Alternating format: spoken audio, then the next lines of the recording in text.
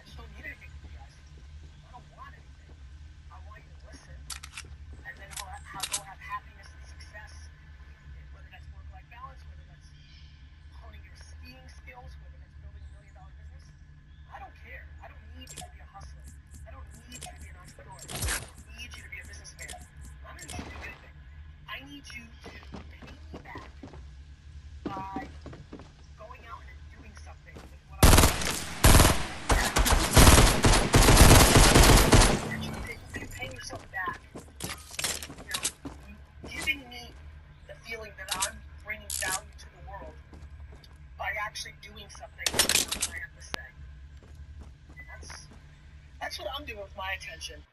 What are you doing with your attention? Anyway, back to you guys. Got into a little rant mode there. Off to work. Great job. Francis, I love that. That's Buddhist belief. Treat others as you would like to treat your mother. Whatever religion,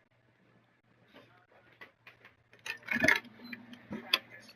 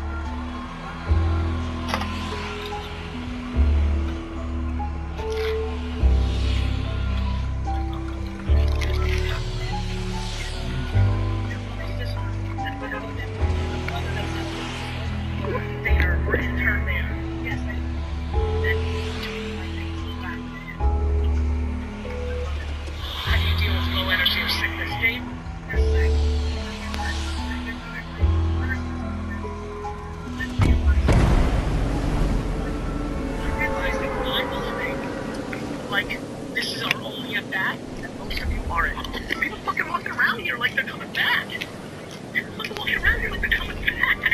You're not coming back. Well, listen, I don't want to imply anything other than that. I believe they come back now back in the tree or a flower pot. And so I'm acting that way. I'm acting that way.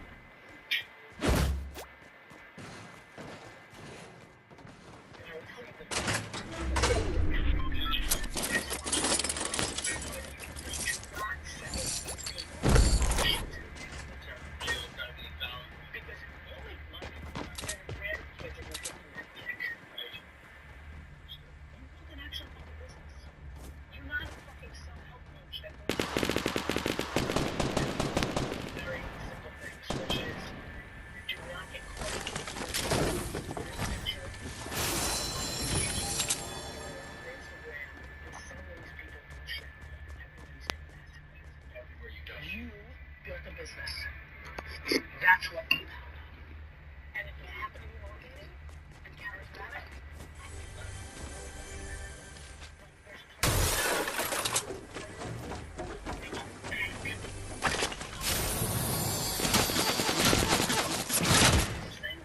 just fucking making home to millions of dollars like business.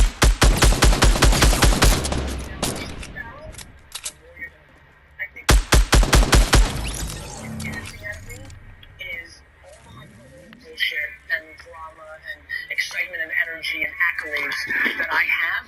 The thing I feel best about, you know my dad too, better than you know me, is the truth. I love that. Because I know a lot of people that know the distance. And don't be one of those people. It's too easy. There is something serious about this podcast I said the other day. If you've not sat down and seriously looked at my content a little while, or if you're somebody who's my content,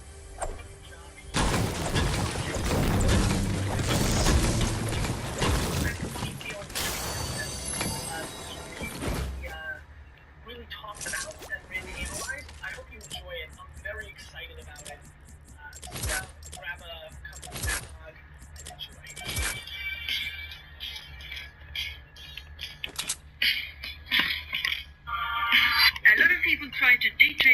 motivation through social media and making a business of it. So what can be better than to talk to an expert on the subject? Welcome to this podcast, Gary Vaynerchuk. How are you? I'm amazing. How are you? I'm fine. Good. Thanks for having me. Listen, how does one become an expert on a thing that is still growing and still trying to figure it out? By being a practitioner. You know, there was a day where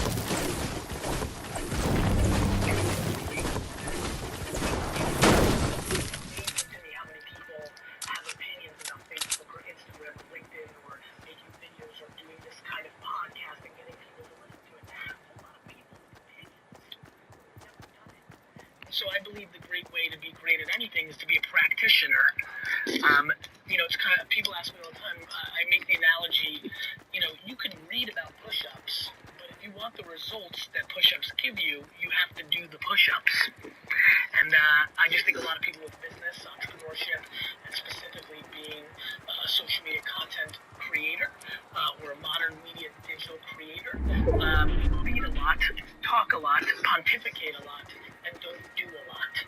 The way I figured out how to have my podcast, the way I figured out my YouTube show, the way I figured out everything I do is by doing. And you're going to get some bumps and you're going to make some mistakes. I think most people don't do because they're worried about what other people think. And who are they? What kind of generation are we talking about? Everybody. You know, I think everybody. I don't think this is as generational as people think. I think this is more psychology than it is, you know, none of the four people sitting in this room, well, Babin's young, but the three of them, you're pretty elderly. Yeah, I'll come. Gary's talking to our sound engineer. That's right. I bring everybody into these podcasts. I like to break the walls and visualize for you, everybody who's listening. Look, the three of us, 35, you know, it's not about how old. I'm 42, and I feel more curious and more understanding. Many people that are 18. I think it's a mindset. And so it's a very interesting time to be alive. There's so much opportunity, and I'm excited to be a part of it. But you are a very... The thing is that you have this psychological skill that a lot of people can't. And you just give them. What kind of skill is that? That's psychiatrist. That's, you know, psychologist. That's right. You know, if I was the son of me, instead of me, I would have probably went to a top 5 university and been a big time psychiatrist or psychologist, like 100%, because I was born an immigrant in a different environment and probably had a little bit too much, you know, competitive entrepreneurial DNA. But yeah, I think it's interesting as my life evolves that some of my natural skills are becoming more clear, and it's less about being a salesman or being good at digital marketing. I'm very comfortable giving advice because I think I'm undereducated and I keep things very simple. Like, human behavior comes very natural to me, which is why I've been very good at predicting what people are going to do next. It's also the same skill that allows me to know that most of people's issues come from their parents or the environment they were born in. Most things are very simple. We don't want to look them in the face. You know, Facebook's not changing us. Facebook's not making us bad people. Facebook's exposing that we were bad to begin with. You know, like, these are funny things to me. They're historical. I'm a big fan of history. There was one class I was actually decent at, and I think that's another thing that's worked well for me. This is just rinse and repeat. You know, what's happening right now on Facebook and Twitter is the same reason that governments, when they want to be dictators, control the media, because the media controls the mindset. And so, you know, I think my skill is human behavior, and I think my vice or my intrigue on another part of my life is building businesses, and I think that's what made, you know, I bought Bitcoin in 2014, not because I guessed, not because of anything else, but because I could see what was going to happen in 17 and 18, and Yeah, I think, I make the joke earlier about special, but I do feel special, and I don't say that with ego. I say that as a compliment to my parents and to my circumstance and to America and to the Soviet Union for that matter. The circumstances of who I became are far more of a factor than me. But I do see around corners, and not because I'm Nostradamus, but because I deeply am consumer-centric. I watch what people wear. When haircuts change, I'm fascinated by that. When fashion, I would have been great at fashion. I would have been, if I had that gene, like my daughter's very creative, and I can see she has a lot of me in her. I can see her being a big-time fashion player in the future, because if she deploys her creativity to fashion and she can see around corners, she'll be an innovator of style. And so, yeah, things are very simple to me. It's so true. Media and the human brain goes hand in hand. I mean, The human psychology and human brain goes hand in hand with everything. Social media is very important because it's communication. You and I, right now, are sitting in some room at some conference. This amazingly handsome, talented sound engineer has a very small device. It doesn't look so complicated to me. I wouldn't know what to do with it, but it's not big. This whole enterprise here is not costing a whole lot to create, and not costing a whole lot to distribute if you guys know what you're doing on. Doesn't cost me a lot to distribute on my podcast, which is the top 50 podcast in the world. That whole enterprise used to cost millions of dollars in studio costs, in distribution. We are living in the internet age. Why do people get this way? I mean, because people, 90% of people default into looking behind them instead of looking ahead of them. It's the human psyche. I think most people are scared of change, and they look for negatives.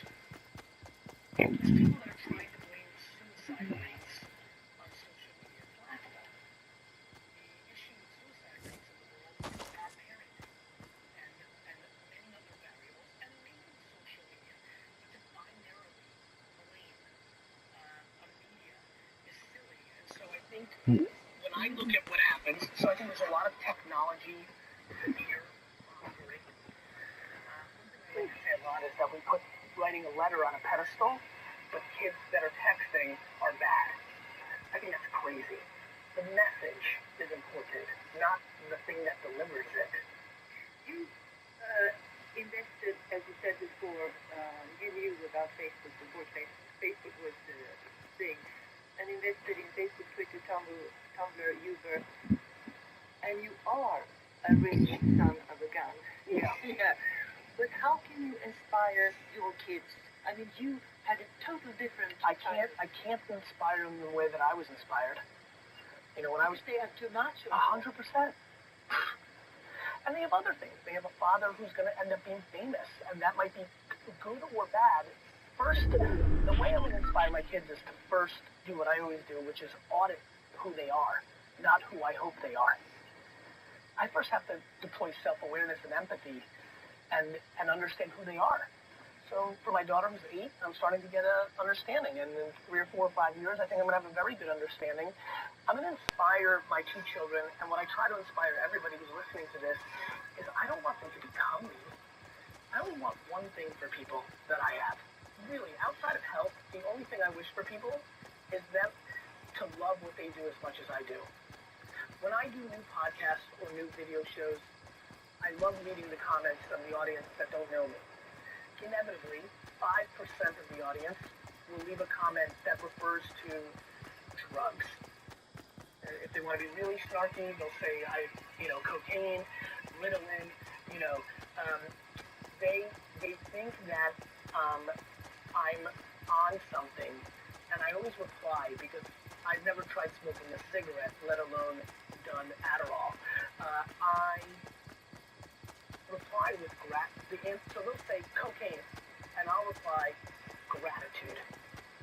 I'm so grateful that I do what I love every day, and what I love, for clarification, is just being an entrepreneur, playing, the challenges, the risk, the excitement. But you're also high on your own energy. You have tremendous energy. I have tremendous energy because it builds momentum.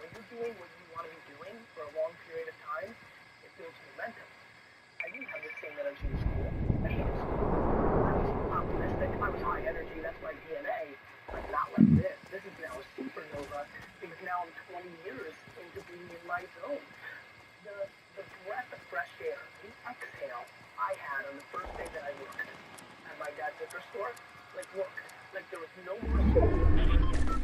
That was incredible. That is I will never replicate that feeling again. I miss that feeling. It's funny, I've never talked about this out loud.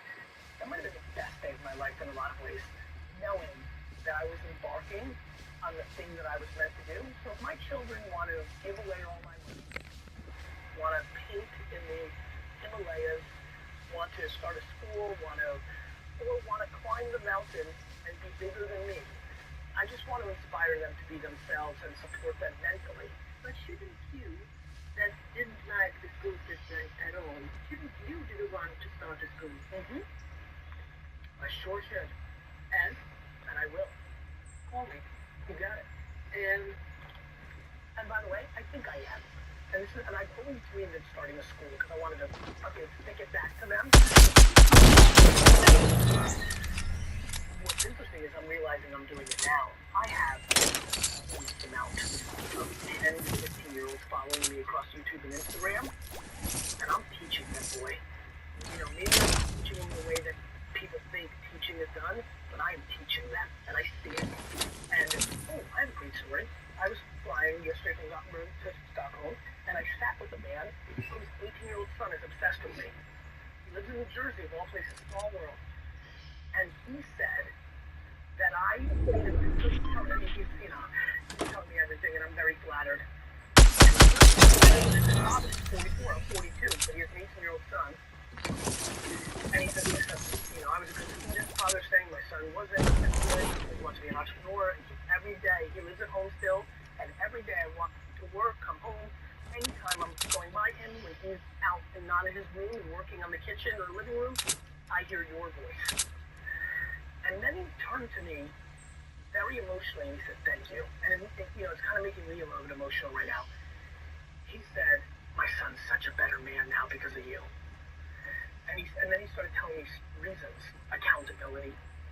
I'm teaching real stuff, not memorizing who the fourth president was.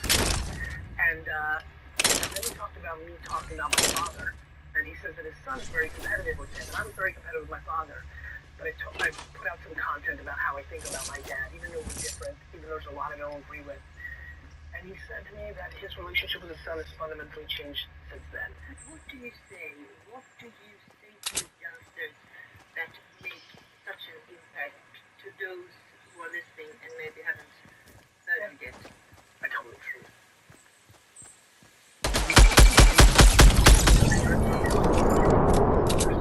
Telling them the truth. I tell them the truth. I tell them a lot of things they like to hear, like fuck the system, forget about what your parents want for you, live your life, do not live with regret. And then I tell them other truths they don't like, which is you're fucking entitled, you haven't proven shit, stop being full of shit, like life is long, be kind, maybe give a shit something serious about this podcast I did the other day. If you've not sat down and seriously looked at my content a little while, or if you're somebody super deep into my content, an incredible job here in this podcast, going in a little bit of a different direction about me and my mindset. I have a funny feeling when I read the comment that this will be really talked about and really analyzed. I hope you enjoy it. I'm very excited about it. Sit down, grab a cup of eggnog, and enjoy.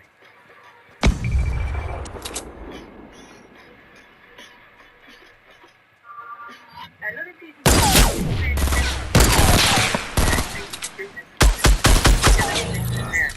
to an expert subject.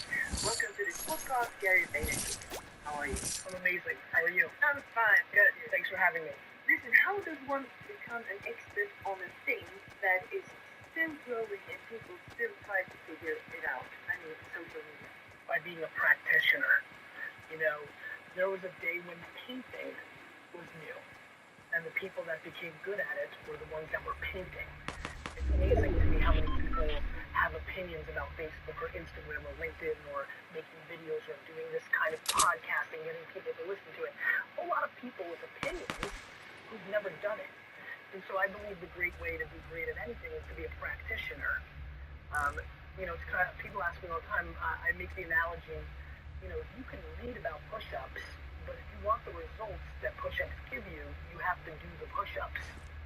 And I just think a lot of people in business, entrepreneurship, and specifically being a social media content creator or a modern media digital creator, read a lot, talk a lot, pontificate a lot, and don't do a lot. The way I figured out how to have my podcast, the way I figured out my YouTube show, the way I figured out everything I do is by doing. And you're going to get some bumps, and you're going to make some mistakes. I think most people don't do because they're worried about what other people think. And who are they? What kind of generation are we talking about? Everybody. I think everybody. I don't think this is as generational as people think. I think this is more psychology than it is, none of the four people sitting in this room. I don't know if Babin's young, but the three of it, you're pretty young there. Very fun. Yeah. I'll be talking to our grounded engineer. That's right. I bring everybody into these podcasts. I like to break the walls and visualize for you, everybody who's listening. Look, the three of us sitting with 35 of us, it's not about how I'm 42 and I feel more curious and more understanding of the culture and the game than plenty of people that are 18. I think it's a mindset. And so it's a very interesting time to be alive. There's so much opportunity, and I'm excited to be a part of it. But you are a very, how do you say, special. Yes, you're very No, the thing is that you have this psychological skill that a lot of people come to you with a lot of problems, and they try to get advices from you, and you just give it. What kind of skill is that? That's psychiatrist, that's, psychologist, that's right. If I was the son of me, instead of me, I would have probably went to a top 5 university and been a big time psychiatrist or psychologist, like 100%, because I was born an immigrant in a different environment and probably had a little bit too much, competitive entrepreneurial DNA. But yeah, I think it's interesting as my life evolves that some of my natural skills are becoming more clear, and it's less about being a salesman or being good at digital marketing. I'm very comfortable giving advice because I think I'm undereducated and I keep things very simple. Like, human behavior comes very natural to me, which is why I've been very good at predicting what people are going to do next.